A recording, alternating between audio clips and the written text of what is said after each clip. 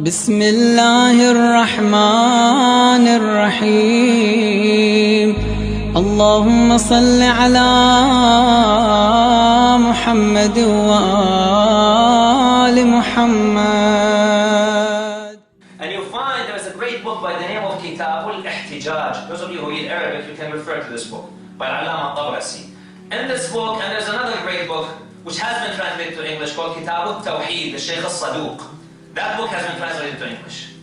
Those two books are really great. In them, you'll find a lot of discussions between Imam Al-Sadiq alayhi salam and between some non-believers, atheists in his times. They were called Az-Zanadiqa. So some people at the time of Imam Al-Sadiq alayhi salam, they rejected religion altogether, and they used to come and question Imam Al-Sadiq on a regular basis. For example, one day, one of those individuals by the name of Abu Shakir al-Disani, Disani comes to meet Imam al-Sadiq alayhi salam.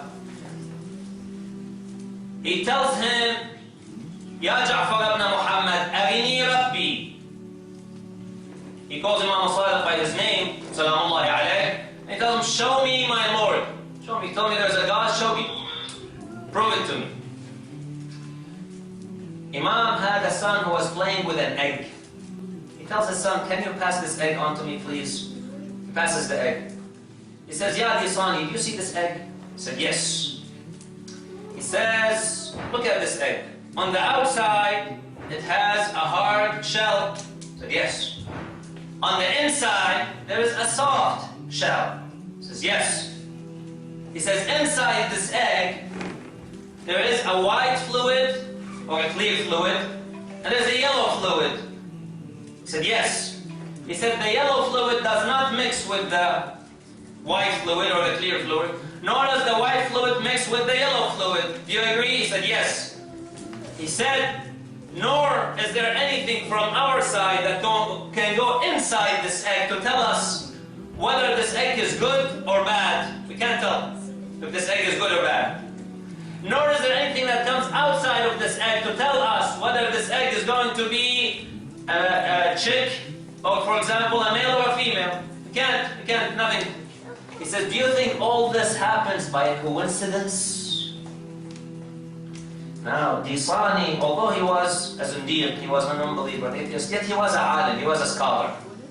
And there is a huge difference when you discuss with a alim or we discuss with a scholar, someone who uses logic and rationale, versus when you discuss with a jahil. And by jahil, ignorant, I don't mean someone who has not gone to university. No. Sometimes you might have this person with a PhD, or even a Nobel laureate, someone who's got the Nobel Prize. But he's jahil. He's jahil. وَجَحَدُوا بِهَا وَاسْتَيْقَنَتْهَا أَنفُسُهُمْ ظُلْمًا وَعُلُوًّا. Al-Walid ibn al-Mughira was one of those really well expressed in the Arab time. You know, he was really good linguist, very good in language.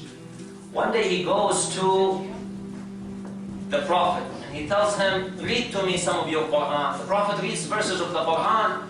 He comes to Quraysh, he says to them, these verses, whatever Muhammad is reading, sallallahu alayhi wa alayhi, whatever he's reading, this is not ordinary words. I hear a lot of poetry, and I know a lot of poetry. This is not poetry. This is something different. So he realized these verses of the Quran is different. Yet, he didn't want to believe in them. What can you do? There are people who are like that. Whatever you tell them, they just won't accept. That's why it's difficult to discuss with a jahil, with someone who just will not accept. Someone who says, it's my way or the highway. Someone who is stubborn. That's why sometimes the imams, alayhimus salam, someone used to come and ask them a question. They would tell them, ask the question of someone who wants to learn, not someone who's arrogant and just wants to show that he is right. Doesn't work that way. I mean, look at the world of academia, the academic world. In many cases, scientists do not agree. In fact, I'll give you an example. In 2005, the Nobel Prize for Chemistry was awarded to 3 chemists, 3 of them, for some experiment or, for example, for some invention they did in chemistry called metathesis. One of them, the reason he won the Nobel Prize, he was included, one of them, is because he discovered the mechanism of the reaction. How does the reaction actually work? He figured it out. Back in 1971, he figured out the mechanism. He said, this is how the reaction occurs. At the same time, the second person who also won the Nobel Prize, he had proposed a second mechanism, an alternative mechanism, he himself. So you had two people, two mechanisms. In 1974, 3 years later, the second person conceded. He said, you know what? I agree with the guy, with the first guy. His mechanism is more accurate than mine. His mechanism is right. My mechanism, I proposed it, but it's wrong. That mechanism appears to be more accurate. So I consent. He's right. Many years later, they both won the Nobel Prize. In fact, a third person also was included. But what I'm trying to get at, in the world of academia, you have people who have differing opinions. It happens. One scientist says one thing, another scientist says another thing, one scholar says one thing, another scholar says another thing.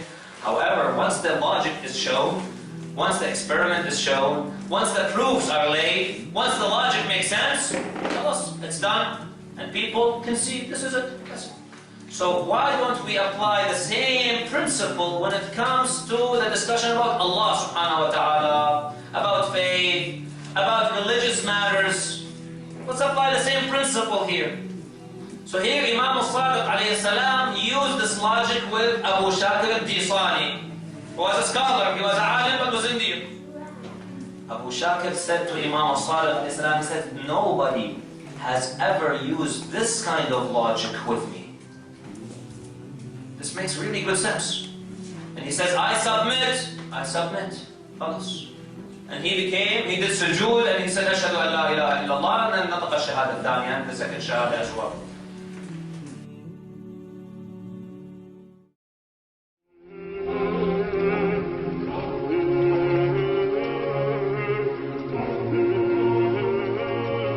يا حسين